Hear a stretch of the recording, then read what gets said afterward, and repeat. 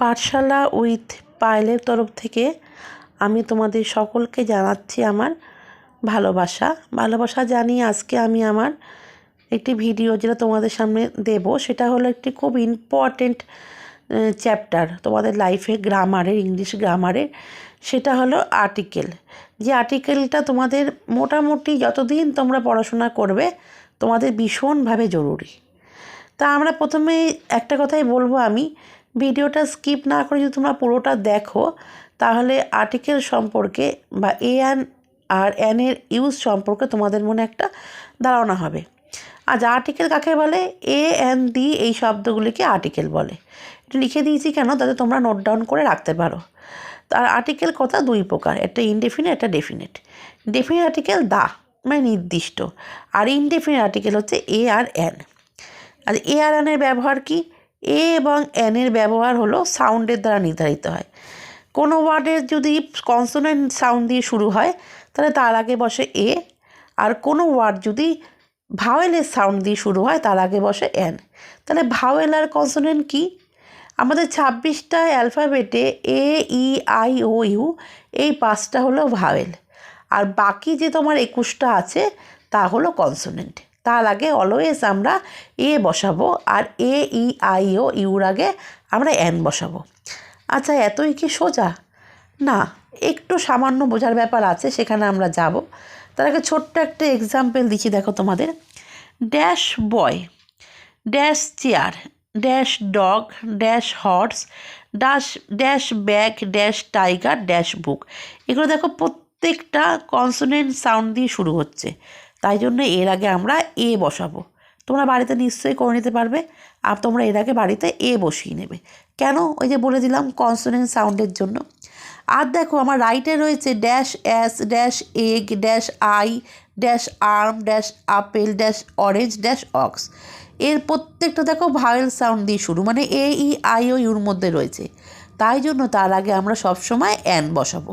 তো আমার বাড়িতে নিশ্চয়ই অ্যান বসিয়ে নিতে পারবে, যেন যেহেতু এটা কনসোনেন্ট সাউন্ড হলে এ বসাবো, আর ভাওয়েল সাউন্ড হলে আমরা অ্যান বসাবো। তাই দুটো তোমরা বাড়িতে নিজেরাই করে নিতে পারবে।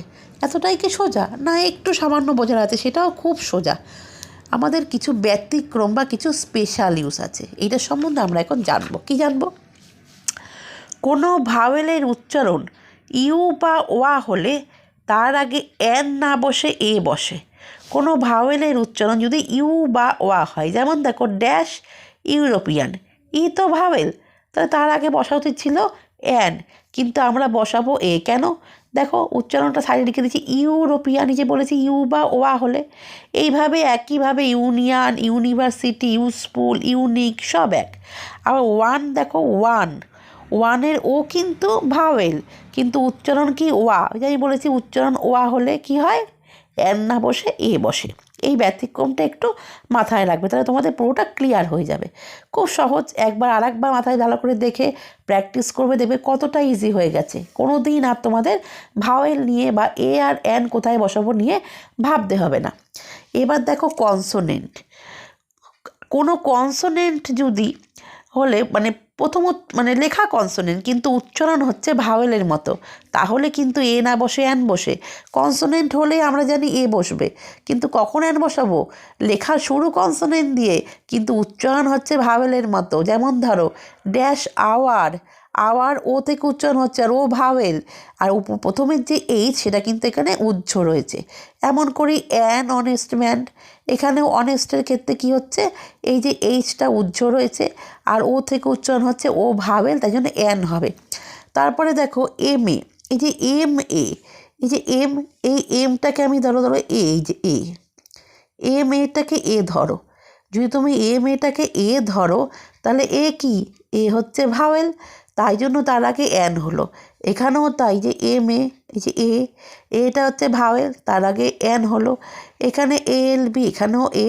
এরকম করে প্রত্যেকটাকে দেখো উচ্চারণটা কিন্তু এ দিয়ে হচ্ছে, আর উচ্চারণ ভাওয়েল দিয়ে হচ্ছে বলে এগুলো কনসোনেন্ট দিয়ে শুরু হলেও এর আগে অ্যান বসে।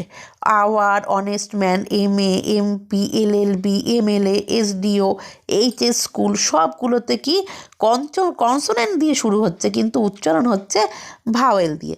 যেমন এইচএস, দেখো এই যে এই এ ভাওয়েল, ঠিক আছে?